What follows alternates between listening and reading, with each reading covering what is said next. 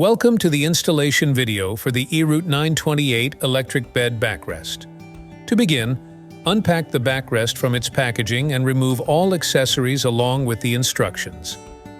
Untangle the cables and stretch them near the power source. Carefully place the recliner on the bed, plug it into the power source, and raise it to at least a 30-degree angle.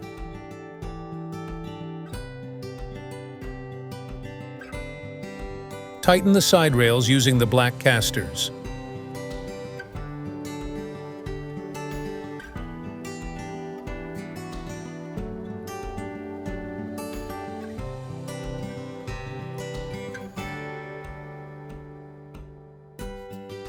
A cushion is included and can be covered with the included cover.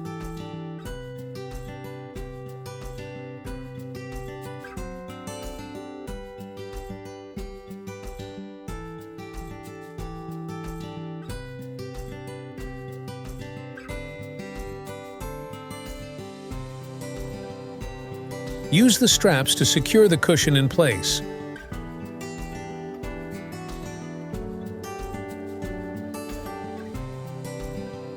The backrest can be positioned up to the upright position, using the remote control, so the backrest allows you to choose the angle that suits you.